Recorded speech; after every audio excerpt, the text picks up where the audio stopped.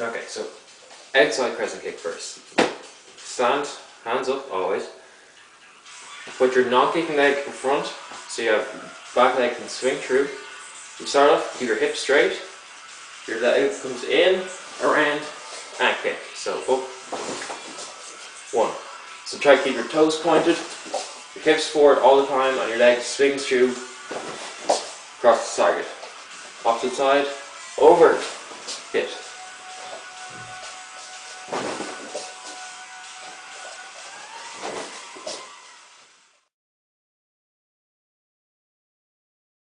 Now, inside crescents.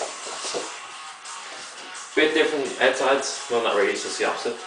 Same thing, have your stance, non-kicking leg forward, back, bring it out this time, so if you're a clock, bring your leg from 6 o'clock, back, up to 12, and all the way around. But this time, with an outside crescent, your hips stay straight here, with an inside crescent, they come, and they follow, and look this way. This gives nice powerful looking kicks, and it can set up for other kicks afterwards, which is handy for combos. So hands up. If you want, you can practice with a hand out. You can bring your foot up, hit, and step down. So I find it's really important to not do that because you cut yourself off. This is really handy for things like 540 kicks when you want to turn your hips over so you can land. Same thing, okay? So one, up, kick, down, face behind you. Opposite side, up, kick, face behind. Different angle. One, kick, down. So you are facing straight behind me again. Opposite side, kick, down. Oh, and keep your hands up. Okay, so crescent kicks are really the basic of basic kicks. You can't really go wrong with just lifting your leg like that. There's not a lot to it. So for more advanced people, if you're used to doing crescent kicks, that's fine. You know, if you want to stick with them, go for it. But things look a lot nicer generally when you use roundhouse kicks and hook kicks. I don't know, well, it depends. Some kicks look better and some don't. It's up to you. It's always good to have as many kicks as possible. So first off, roundhouse kick. So similar to the inside crescent, is that it's kicking that way and you'd use it for tornado kicks and such. But your hips play a big part in this. First off, okay, I don't know if you can see my foot, but pretend you can. You want to turn, you pivot your front foot to the side so it's pointing out towards you about 10 o'clock, say. Then you bring your knee up. So see the way my hips are pointing over this way. If my foot's straight, when I bring my knee up, my hips are pointing forward, and then I'm just not really doing anything.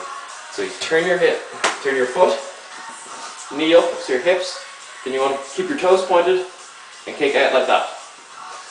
And back. One, kick. So then try to get it higher, obviously, because kicks always look better when they're at least above shoulder height. Right. Opposite side, turn your foot, knee up, kick, and down. 1, 2, and then.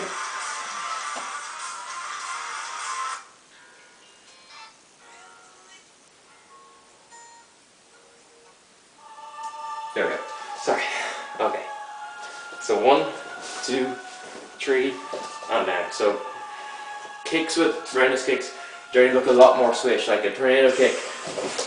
Looks good with a crescent, yeah, but it looks a lot more powerful and dynamic with a roundhouse kick. And okay, I can't really kick that high because I'm going to end up hitting my light. But if you go up,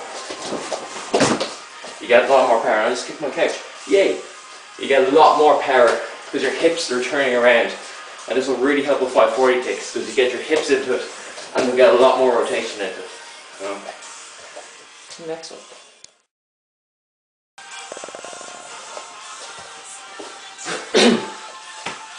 Right, hook kicks. Hook kicks are a bitch.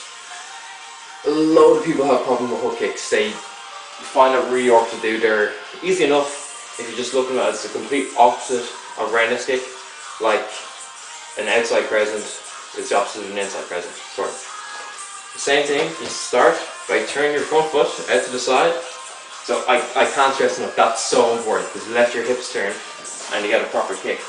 Same thing, it's looking sort of like a rounding stick, except with a rounding stick, my knee was over here.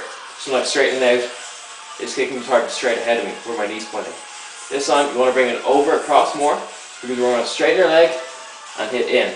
So we're hitting our targets here, we hit. So 1, 2. So a couple of different ways you can hit and pull back. That's more for a combat style, so we don't really have to worry about that. Or hit and flick all the way across. So that's the way we're going to do it. Here we're going to hit and back. So same thing, your hips follow afterwards. Okay, so this, actually no, I won't go to that, that'll be next. 1, 2, 3. Opposite side, turn your foot.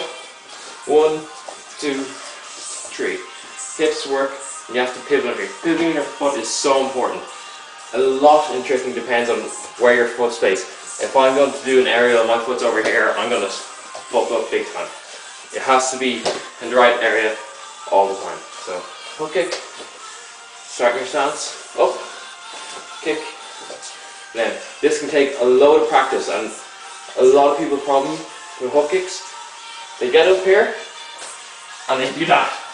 And they start wrenching across, and it just looks really ugly and awkward, and it hurts your back as well. So when you come up here, your shoulders are straight enough. They should be pointing in the same direction as your hips, which is over to the side of it. Then you kick. The kicks are only come with your legs. Your upper body has nothing to do with kicks. Kind of. We'll get on to that later.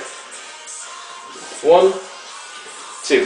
So if you want to practice, you can stand against the wall, like that, so conveniently here. Just lift your leg up and hit. That will be a hook kick. And if you can practice in keeping your right shoulder as close to the wall as you can, it doesn't have to be stuck to the wall, that's just awkward. Foot up and hit. Easy. Opposite side. Man, I've got my parents, I'll find the foot marks on the wall. Up. Kick. Okay?